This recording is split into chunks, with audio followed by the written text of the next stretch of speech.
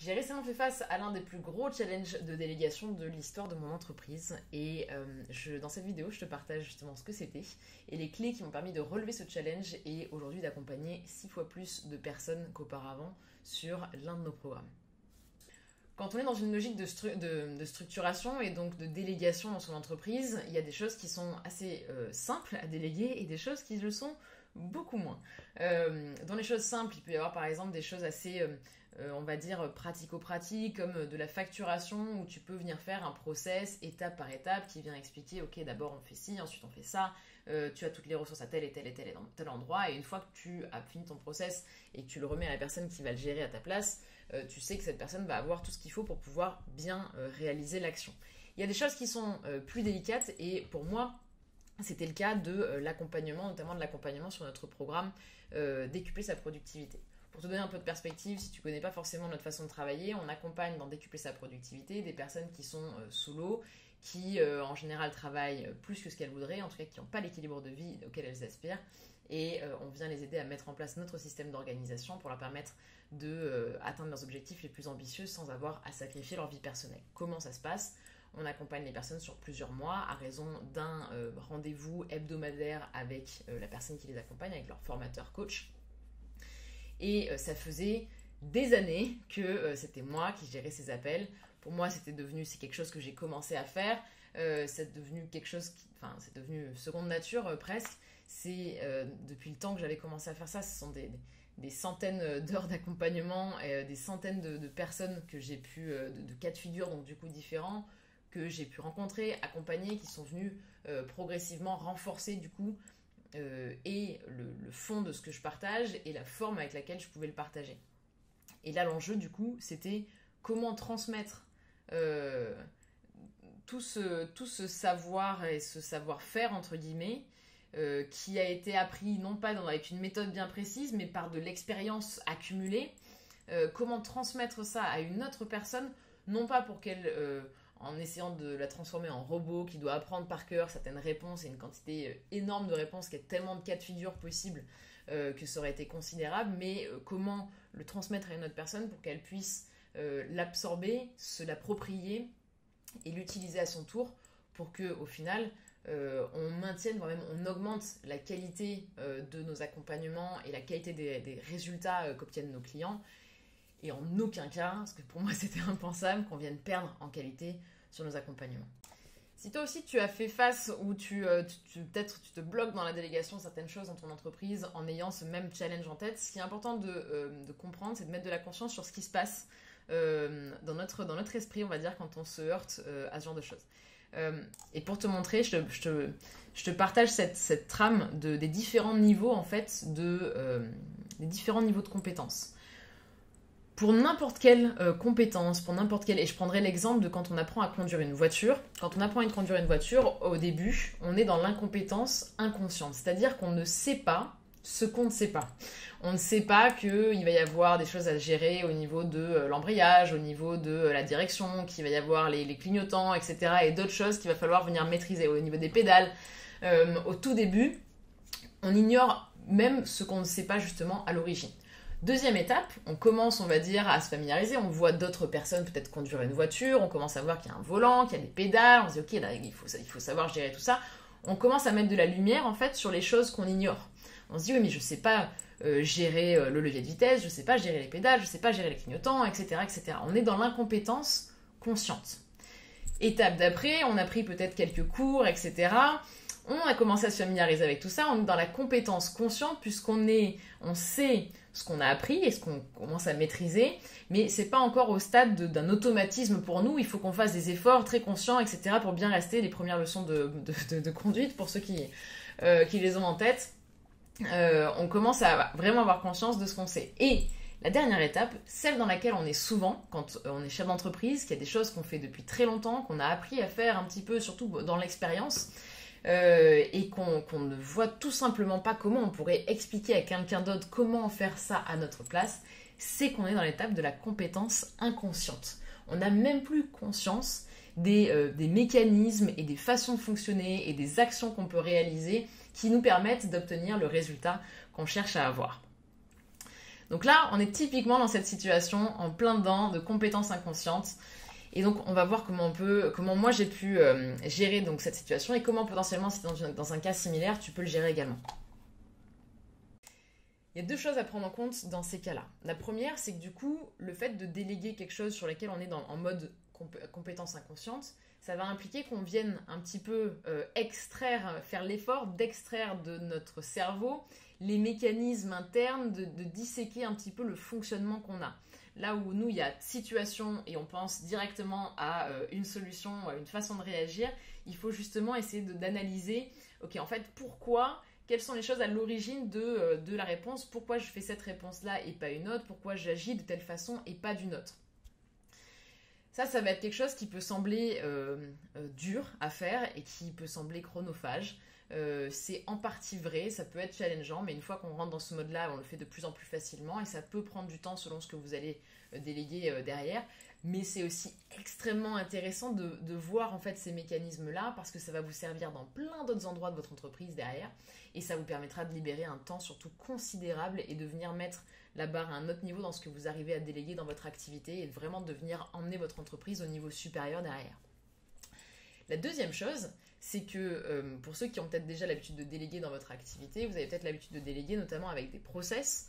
Et les process, pour ceux qui ne connaissent pas, c'est le fait de venir faire un document écrit ou un document qui peut être une vidéo au final, qui vient expliquer étape par étape à une personne à qui vous voulez confier une action et qui vous voulez déléguer une action, comment réaliser cette action. D'abord tu fais ça, ensuite tu fais ça, ensuite tu fais ça, tu as toutes les informations à droite, à gauche, ici, etc. Là, on est dans un cas de figure pour moi, déléguer par process l'accompagnement de nos clients sur décupler sa productivité, c'était juste impensable. Pourquoi ? Parce que ça aurait voulu dire faire une quantité monumentale de process pour essayer de couvrir, parce que même si on a des thématiques et des challenges qui reviennent régulièrement dans les personnes qu'on accompagne, chacun a aussi sa vie, ses cas de figure, c'est ce qui la rend. Chaque personne a des choses qui vont la rendre unique et on ne peut pas venir standardiser tout à ce point et venir derrière essayer de faire apprendre à la personne qui allait accompagner nos clients, faire apprendre par cœur des réponses types, enfin c'est absolument pas ce qu'on veut et donc ça a appelé une autre façon du coup de venir déléguer. Comment ça s'est passé du coup quand j'ai mis ça en pratique pour nous ?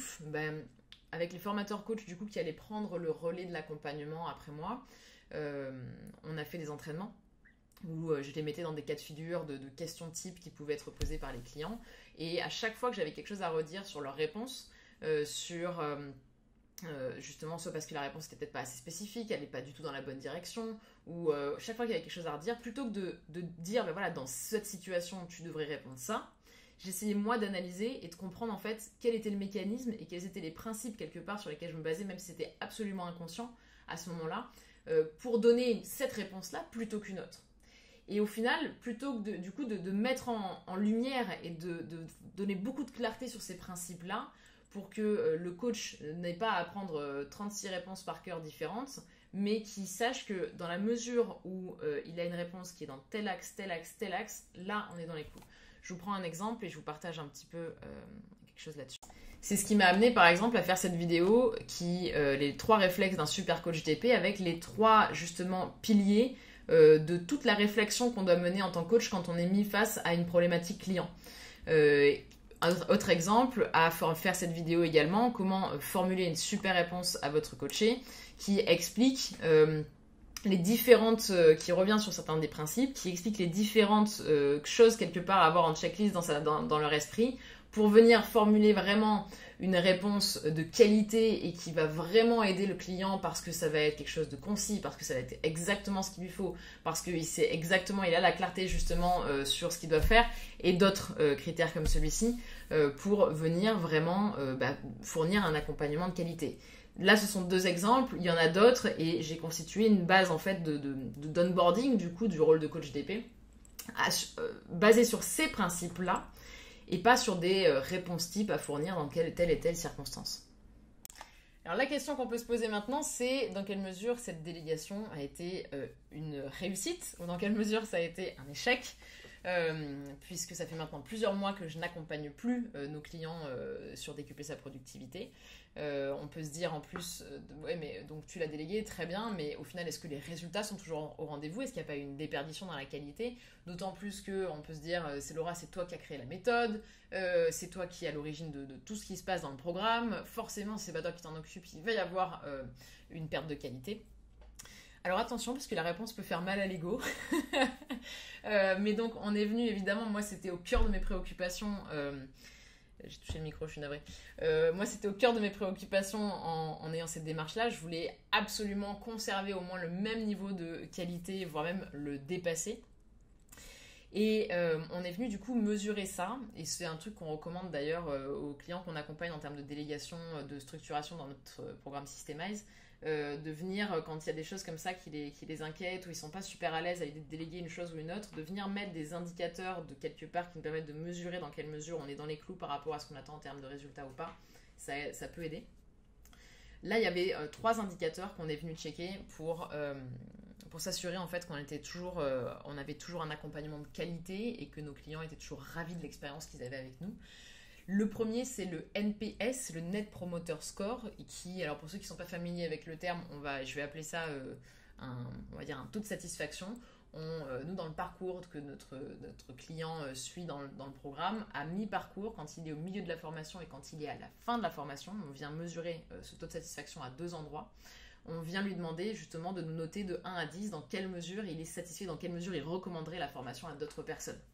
Sur le Net Promoter Score, il est aujourd'hui, depuis que l'accompagnement a été délégué sur l'ensemble de la formation, le Net Promoter Score est à 9,2 sur 10, 9,2 sur 10 en arrondissant. Il est même du coup, c'est là où je dis ça peut faire mal à l'ego, il est même légèrement plus élevé que quand c'était moi qui accompagnais sur le programme. Je vous montre en direct, ça c'est alors là c'est la version simplifiée, comme vous pouvez le voir là, j'ai caché plein de lignes parce qu'il y a d'autres infos qui ne concernent pas concernent pas le sujet du jour, mais c'est le scoreboard qu'on vient regarder avec l'équipe toutes les semaines, avec plein de métriques qui nous permettent de savoir où est-ce qu'on en est dans l'activité. C'est un truc qu'on vient mettre en place, justement un outil extrêmement précieux même qu'on vient mettre en place avec les personnes qu'on accompagne dans Systemize. Et donc sur le scoreboard, vous pouvez voir que là on est sur les dernières semaines, mais si je remonte à peu près à, ça va être début mars qu'on a commencé à déléguer tout ça, vous voyez en fait, donc ça c'est le NPS, donc le taux de satisfaction mesuré de 1 à 10. On fait une moyenne à chaque fois en fonction de toutes les réponses qu'on a obtenues de nos clients cette semaine-là. Et si je prends l'ensemble des semaines depuis du coup qu'on a commencé à déléguer l'accompagnement, hop, non là il y a eu une pause, on n'avait pas de données, jusqu'à là où j'en suis aujourd'hui, et que je fais juste la moyenne, vous voyez que là c'est la moyenne, average, on est à 9,16, donc c'est pour ça que j'ai mis 9.2 de NPS, depuis que je m'occupe plus de l'accompagnement. Premier donc indicateur quand même super rassurant, et le deuxième c'est qu'on a rajouté quelque chose qui est ce petit check-in post-session d'accompagnement. Qu'est-ce que c'est ? J'y reviendrai dessus tout à l'heure, c'est qu'en fait à chaque fin d'appel d'accompagnement hebdomadaire, parce que nos clients ils ont un appel chaque semaine pendant la durée de l'accompagnement avec leur formateur coach pour justement les aider dans leurs avancées, à chaque fin d'appel on leur propose de mettre une note sur l'appel de 1 à 5 cette fois, dans quelle mesure ils ont été satisfaits de l'appel, de rajouter éventuellement une petite remarque. Et quand on regarde du coup les résultats, on voit que si je prends depuis, alors ça c'est quelque chose qu'on n'avait pas mis en place dès le début, c'est quelque chose qu'on a mis en place depuis la fin du mois de mai, et on voit que toutes les réponses qu'on a reçues, quand je viens de toutes les sélectionner et calculer pareil la moyenne, hop, la moyenne on est à 4,68, donc on est à 4,7 de moyenne en arrondissant, de satisfaction, avec plein de commentaires super sympas sur l'accompagnement. Donc, déjà ces 2 premiers critères sont non seulement encourageants, mais même pour moi ont été une excellente... le signe que c'était bon.